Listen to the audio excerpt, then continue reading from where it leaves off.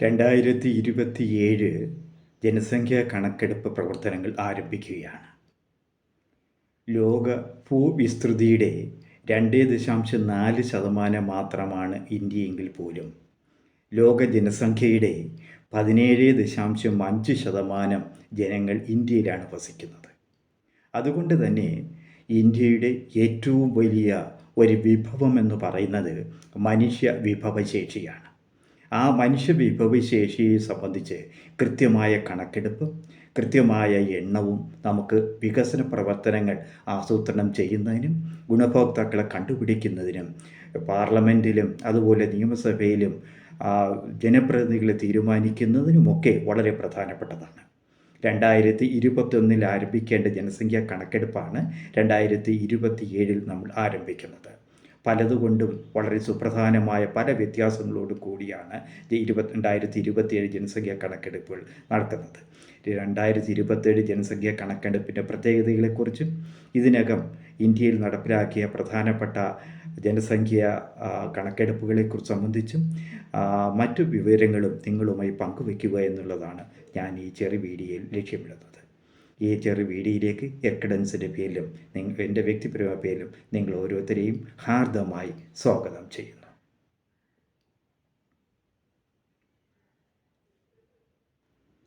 നമുക്ക് ആദ്യമായി നോക്കേണ്ടത് ഇന്ത്യയിൽ സ്വാതന്ത്ര്യത്തിന് മുൻപും സ്വാതന്ത്ര്യത്തിന് ശേഷവും ഇന്ത്യയിൽ ജനസംഖ്യാ കണക്കെടുപ്പുമായി നടന്ന ചരിത്ര സംഭവങ്ങളെക്കുറിച്ചാണ്.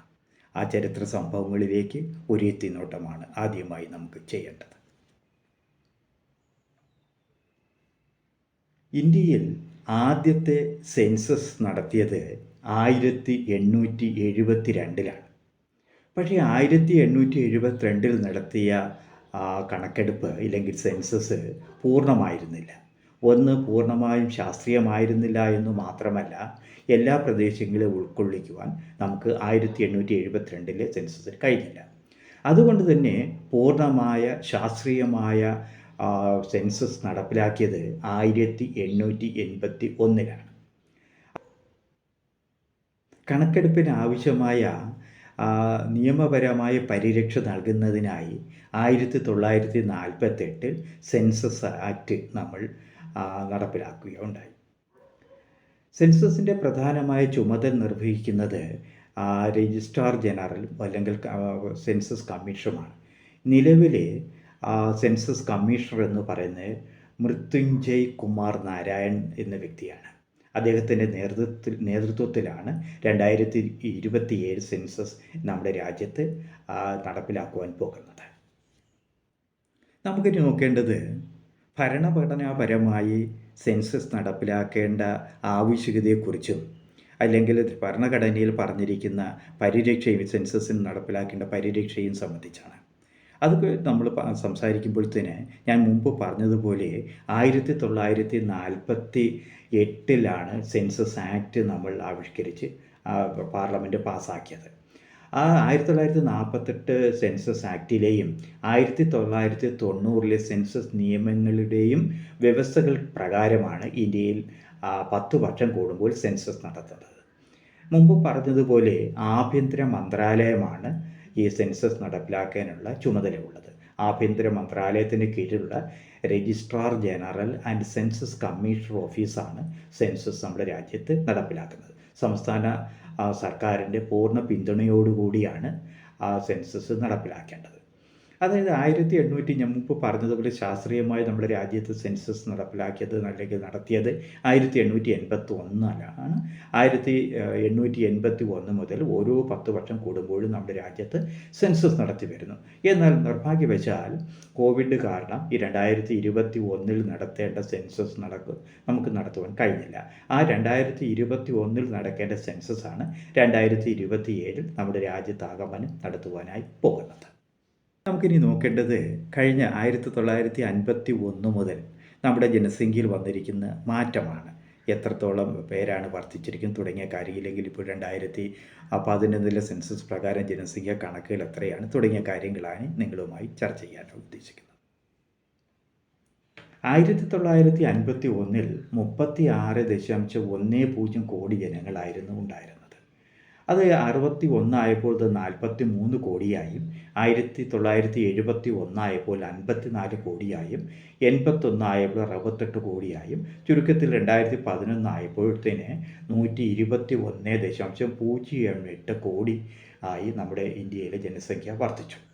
അപ്പോൾ കേരളത്തിലെ ജനസംഖ്യയെ സംബന്ധിച്ച് നമ്മൾ പറയുകയാണെങ്കിൽ കേരളത്തിൽ ഇപ്പോൾ 3,34,00,000 ആൾക്കാരാണ് 2021 സെൻസസ് പ്രകാരം ഉള്ളത്. അത് 1951 1.35 കോടി മാത്രമായിരുന്ന ജനസംഖ്യയാണ് ഇപ്പോൾ അത് 3.34 കോടിയായി വർദ്ധിച്ചിരിക്കുന്നത്.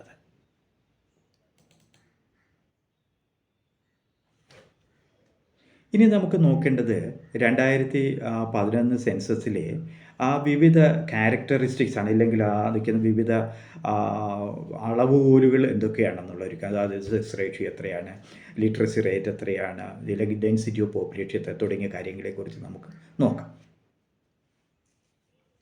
1921 സെൻസസ് പ്രകാരം മുമ്പ് പറഞ്ഞതുപോലെ 121.08 കോടി ആണ് നമ്മുടെ ജനസംഖ്യ എന്ന് പറയുന്നത്.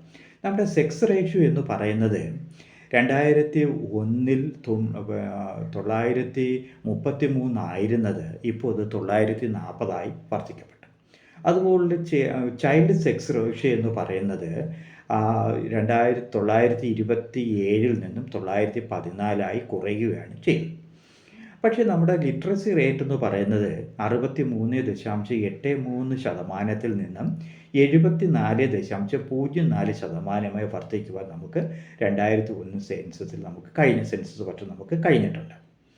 അത് ഡെൻസിറ്റി ഓഫ് പോപ്പുലേഷനെ കുറിച്ച് നമ്മൾ സംസാരിക്കുകയാണെങ്കിൽ ഡെൻസിറ്റി ഓഫ് പോപ്പുലേഷൻ എന്ന് പറയുന്നത് 325, അതായത് 2001 സെൻസസിൽ 325 ആയിരുന്നത് 2021 സെൻസസിൽ 382 വർദ്ധിച്ചു. അതായത് ഇന്ത്യയിലെ ജനസംഖ്യയെ സംബന്ധിച്ച് ഏറ്റവും കൂടുതൽ ജനസംഖ്യയുള്ള സ്റ്റേറ്റ് ഏതാണെന്ന് ചോദിച്ചാൽ ഉത്തർപ്രദേശാണ് ഉത്തരം. അതുപോലെ ഏറ്റവും കുറഞ്ഞ ജനസംഖ്യ ഉള്ളത് എന്ന് ചോദിച്ചു കഴിഞ്ഞാൽ സിക്കിമാണ് ഉത്തരമെന്ന് പറയുന്നത്.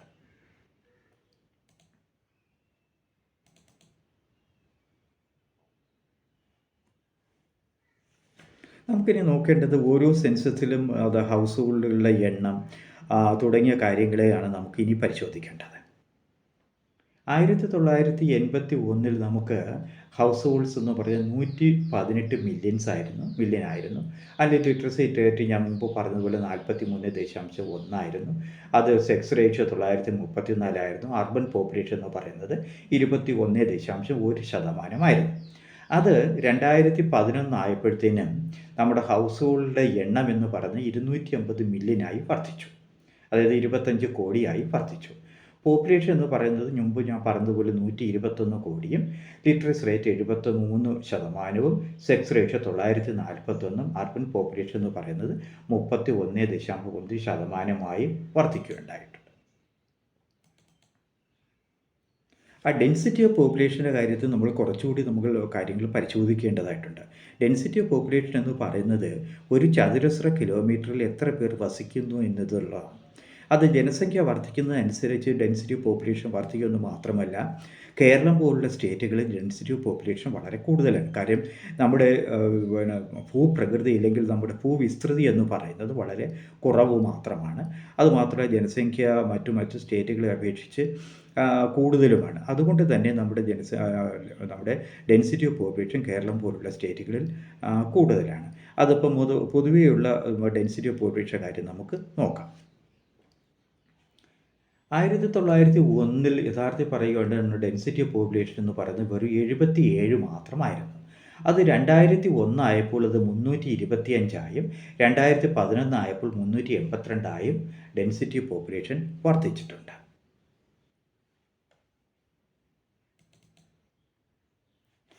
ഇനി നമുക്ക് ഡെൻസിറ്റി ഓഫ് പോപ്പുലേഷൻ സംബന്ധിച്ച് ഏത് സ്റ്റേറ്റാണ് കൂടുതൽ, എന്തൊക്കെയാണ് കാര്യങ്ങളെന്ന് വിശദമായി നമുക്ക് ഡെൻസിറ്റി ഓഫ് പോപ്പുലേഷൻ സംബന്ധിച്ച് നമുക്ക് പരിശോധിക്കാം.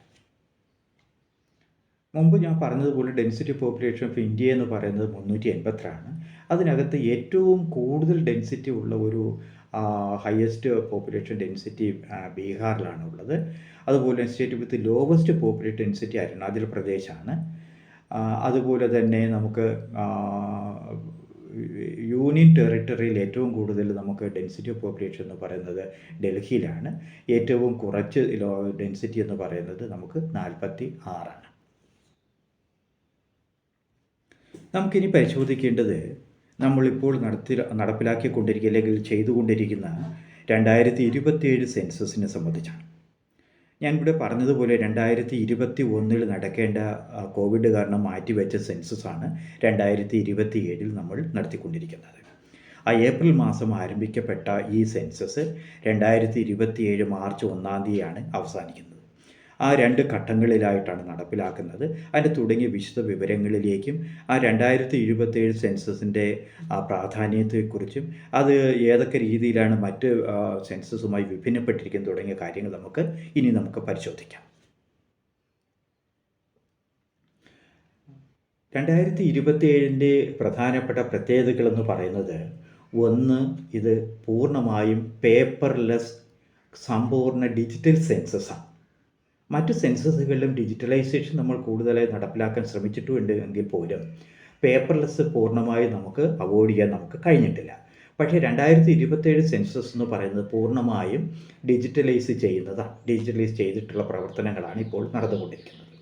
അതുപോലെ തന്നെ 1931 ശേഷം നമ്മൾ ജാതി അധിഷ്ഠിത കണക്കെടുപ്പ് അല്ലെങ്കിൽ കാസ്റ്റ് സെൻസസ് ഇന്ത്യയിൽ നടപ്പിലാക്കിയിട്ടില്ല.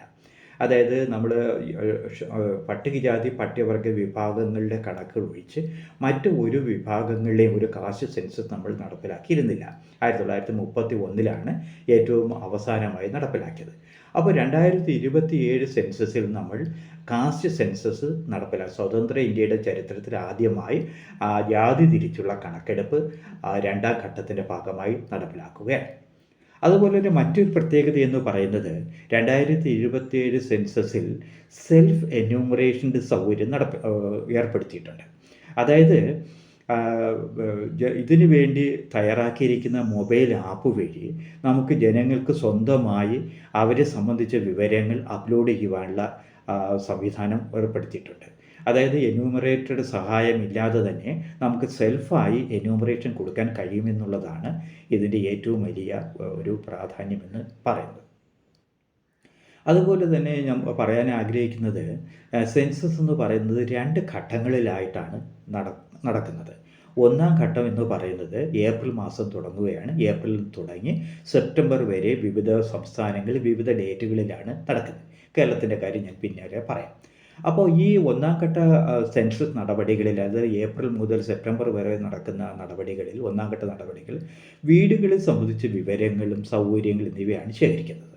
അപ്പോൾ വീടുകളെ സംബന്ധിച്ച വിവരങ്ങൾ ശേഖരിക്കുന്നത് 33 ചോദ്യങ്ങളിലൂടെയാണ് നടക്കുന്നത്.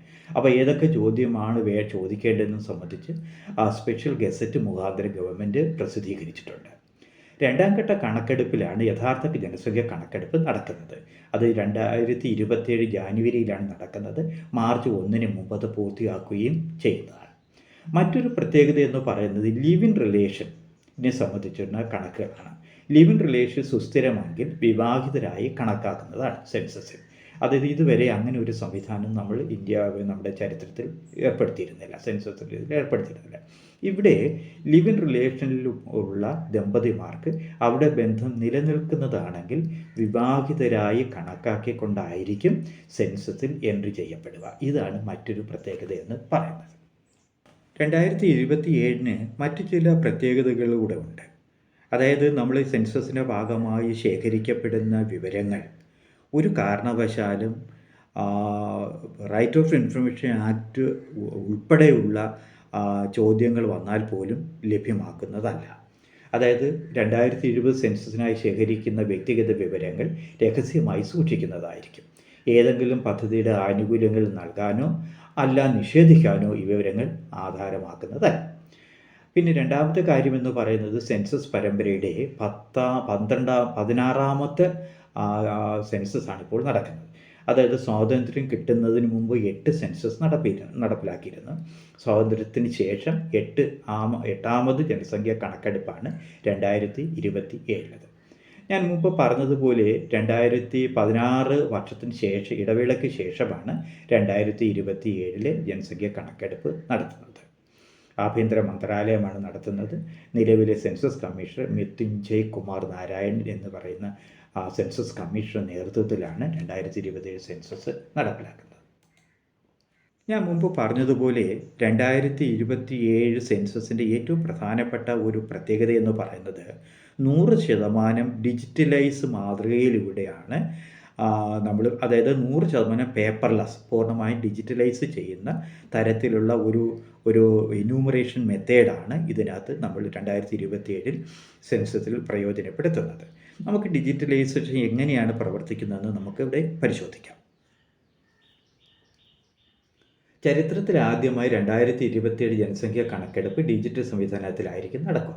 വിവരശേഖരണത്തിനായി ഒരു മൊബൈൽ ആപ്പ് വികസിപ്പിക്കുകയും അത് നിരീക്ഷിക്കുന്നതിനായി കേന്ദ്ര പോർട്ടലുകളും ഉണ്ടാകും.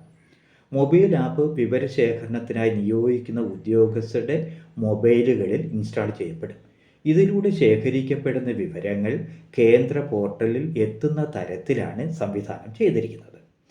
സെൻസസ് വിവരങ്ങൾ നേരത്തെ മികച്ച ഗുണനിലവാരത്തോടെ പുറത്തുവിടുന്നതിന് ഡിജിറ്റൽ സെൻസസ് ഉപകരിക്കുമെന്നുള്ള കാര്യത്തിൽ യാതൊരു സംശയവുമില്ല. അതുപോലെ തന്നെ കയ്യിൽ കൊണ്ടു നടക്കാവുന്ന ഉപകരണങ്ങളിലൂടെ പേപ്പർ രഹിത രീതിയിലാണ് വിവരണ ശേഖരണം നടക്കുന്നത്.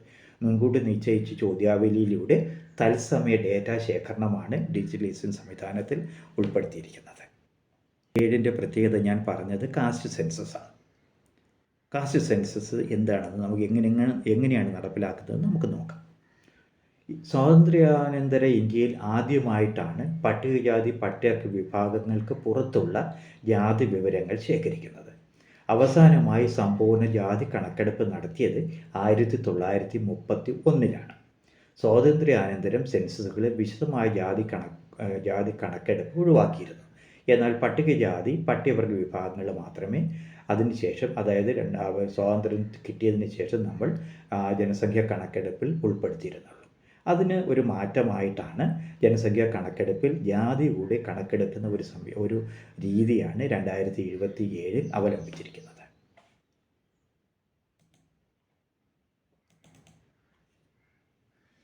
ഇനി നമുക്ക് നോക്കേണ്ടത് ഈ സെൻസസിൻ്റെ റഫറൻസ് തീയതികളെ സംബന്ധിച്ചാണ്. 2 റഫറൻസ് രീതികളാണ് നടപ്പിലാക്കുവാൻ പോകുന്നത്. ഒന്ന് മഞ്ഞുമലകൾ മൂടി നടക്കുന്ന ഹിമാചൽ പ്രദേശ്, ജമ്മു പോലുള്ള സംസ്ഥാനങ്ങളിലേക്ക് ഒരു സമയവും, 2 മറ്റു പ്രദേശങ്ങൾക്ക് ആപ്ലിക്കബിളായ 2 സമയവുമാണ് ഇവിടെ കൊടുത്തിരിക്കുന്നത്. അത് ഏതൊക്കെയാണ് നമുക്ക് നോക്കാം. 2 റഫറൻസ് തീയതികളാണ് 2027 സെൻസസിൽ ഉള്ളത്. ഒന്ന് 2027 ഒക്ടോബർ 1, അതായത് കുന്നിൽ പ്രദേശങ്ങൾക്കും മഞ്ഞ് മൂടിയ പ്രദേശങ്ങൾക്കും, ഉദാഹരണമായി ലഡാക്ക്, ജമ്മു കാശ്മീർ, ഹിമാചൽ പ്രദേശ്, ഉത്തരാഖണ്ഡ് തുടങ്ങിയ സംസ്ഥാനങ്ങളിൽ മഞ്ഞ് മൂടിയ പ്രദേശങ്ങളാകുന്നത് കൊണ്ട് തന്നെ ഒക്ടോബർ 1-ാം തീയതി 2026 ഒക്ടോബർ 1 റഫറൻസ് തീയതി. എന്നാൽ മറ്റു പ്രദേശങ്ങൾക്ക്, മറ്റു ഭാഗങ്ങളിൽ മാർച്ച് 1, 2027 ആയിരിക്കും റഫറൻസ് തീയതി എന്ന് പറയുന്നത്.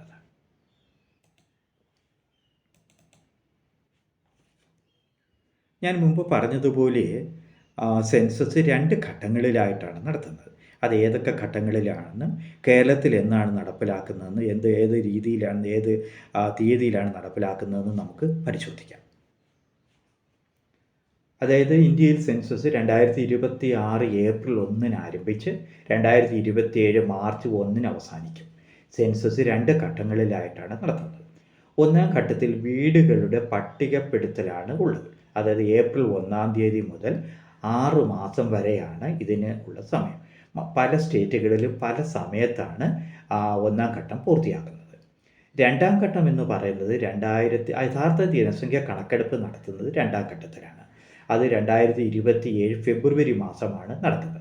അതായത് ഫെബ്രുവരി അവസാന തീയതി, അതായത് മാർച്ച് മാസം 1, 2027 പൂർത്തിയാക്കേണ്ടതായിട്ടുണ്ട്.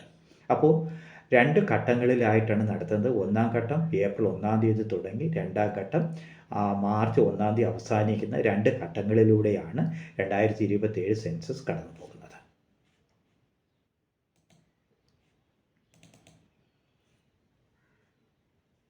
നമുക്കിനി കേരളത്തിൽ 1-ാം ഘട്ട പ്രവർത്തനങ്ങളും 2-ാം ഘട്ട പ്രവർത്തനങ്ങളും എന്നാണ് നമുക്ക് നോക്കാം. കേരളത്തിൽ ആദ്യഘട്ട സെൻസസ് ജൂണിലാണ് ആരംഭിക്കുന്നത്. സെൽഫ് എന്യൂമറേഷന് ജൂൺ 16 മുതൽ ജൂൺ 30 വരെ സമയമുണ്ടാകും. ഞാൻ മുമ്പ് പറഞ്ഞതുപോലെ വ്യക്തികൾക്ക് സെൽഫ് എന്യൂമറേഷന് വേണ്ടി ഒരു സൈറ്റ് ഏർപ്പാട് ചെയ്തിട്ടുണ്ട്, ഇല്ലെങ്കിൽ തയ്യാറാക്കിയിട്ടുണ്ട്. ആ സെൽഫ് എന്യൂമറേഷൻ സൈറ്റിൽ നമ്മൾ കയറി നമ്മുടെ ലോഗിൻ ഐ ഡി ക്രിയേറ്റ് ചെയ്തതിന് ശേഷം നമ്മളെ സംബന്ധിച്ച് 33 ചോദ്യങ്ങൾക്ക് ഉത്തരം നമുക്ക് നേരിട്ട് നൽകാവുന്നതാണ്. ആ ശേഖരിച്ചിരിക്കുന്ന അല്ലെങ്കിൽ നമ്മൾ നൽകിയിരിക്കുന്ന വിവരങ്ങൾ ശരിയാണോ എന്ന് പരിശോധിക്കാൻ ഉദ്യോഗസ്ഥർ നമുക്ക് നമ്മുടെ വീട്ടിൽ വന്ന് പരിശോധിക്കുന്നതാണ്. അല്ലാത്തവർക്ക് അല്ലെങ്കിൽ അത്തരം സെൽഫ് എന്യൂമറേഷൻ കൊടുക്കാൻ കഴിയാത്തവർക്ക് വിവരങ്ങൾ ശേഖരിക്കുന്നതിനായി സെൻസർ ഉദ്യോഗസ്ഥർ നേരിട്ട് വീട്ടിലെത്തി വിവരങ്ങൾ ശേഖരിക്കുന്നതാണ്. ആദ്യഘട്ടത്തിൽ ഭവന സെൻസസ് ആണ് നടക്കുക. ഇതിൽ താമസ സൗകര്യങ്ങൾ, ലഭ്യമായ അടിസ്ഥാന സൗകര്യങ്ങൾ, ചോദ്യങ്ങൾക്ക് ഞാൻ പിന്നീട് വരാം. 33 ചോദ്യങ്ങളാണുള്ളത്. ഏതൊക്കെയാണെന്നുള്ളത് നമ്മുടെ ഗസറ്റിൽ പ്രസിദ്ധീകരിച്ചിട്ടുണ്ട്. അത് ഞാൻ നിങ്ങളുടെ അറിവിലേക്ക് വേണ്ടി ഞാൻ അടുത്ത സ്ലൈഡിൽ നമുക്ക് ഏതൊക്കെ ചോദ്യങ്ങളാണെന്ന് ഞാൻ നിങ്ങളുമായി വിശദീകരിക്കാം. രണ്ടാം ഘട്ടത്തിലാണ് യഥാർത്ഥ ജനസംഖ്യ കണക്കെടുപ്പ് നടത്തുക. അത് ഞാൻ മുമ്പ് പറഞ്ഞതുപോലെ ഫെബ്രുവരി 2027 ഫെബ്രുവരി 1 തീയതി മുതൽ ജാനുവരി 1 മുമ്പ് തീരത്തക്ക രീതിയിലാണ് സംവിധാനം ചെയ്തിരിക്കുന്നത്.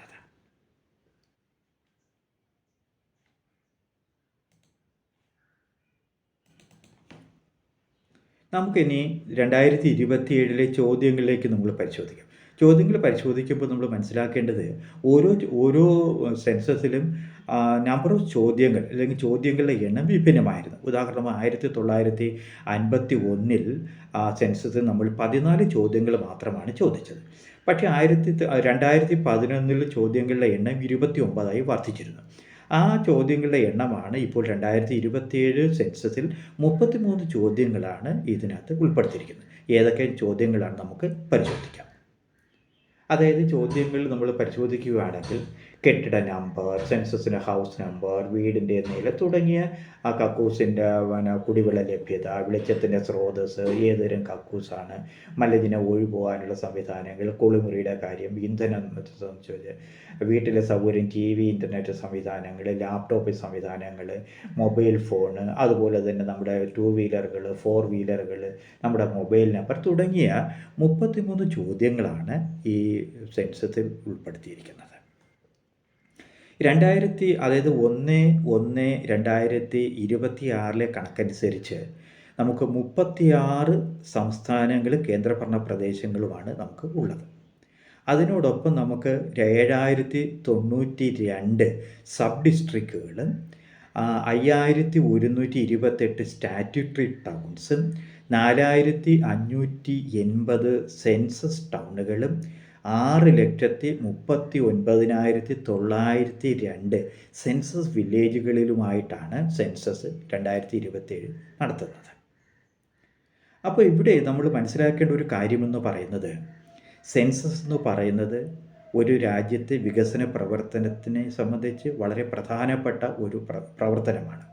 ഇത് വിജയിപ്പിക്കേണ്ടത് ഗവൺമെൻറ്റിൻ്റെ, ഒരു സംസ്ഥാന ഗവൺമെൻറ്റിൻ്റെയോ കേന്ദ്ര ഗവൺമെൻറ്റിൻ്റെയോ മാത്രം ഉത്തരവാദിത്തമല്ല, നമ്മൾ ഓരോരുത്തരുടെയും ഉത്തരവാദിത്തമാണ്. ശരിയായ കണക്ക് ശരിയായ രീതിയിൽ കണക്കെടുക്കേണ്ടത് നമ്മുടെ വികസന പ്രവർത്തനങ്ങളുടെ ദിശാബോധം സൃഷ്ടിക്കുന്നതിന്, ദിശാബോധം ഉണ്ടാക്കുന്നതിന് വളരെ പ്രധാനപ്പെട്ടതാണ്. അതുകൊണ്ട് തന്നെ നിങ്ങൾ ഓരോരുത്തരും ഈ വികസന പ്രവർത്തനങ്ങൾ, ജനസംഖ്യ കണക്കെടുപ്പിൽ പങ്കാളികളാകണം. ശരിയായ രീതിയിൽ നമ്മൾ കണക്കുകൾ ലഭ്യമാക്കണം. ഈ വിജയത്തിന് വേണ്ടി പ്രവർത്തിക്കണം എന്ന് മാത്രമാണ് ഞങ്ങൾക്ക് ഈ അവസരത്തിൽ പറയാനുള്ളത്. ഈ വീഡിയോ കേട്ടുകൊണ്ടിരുന്ന നിങ്ങൾ ഓരോരുത്തർക്കും എഡ്കഡൻസിൻ്റെ പേരിലും എൻ്റെ വ്യക്തിപരമായാലും ഹൃദ്യമായി നന്ദി രേഖപ്പെടുത്തും.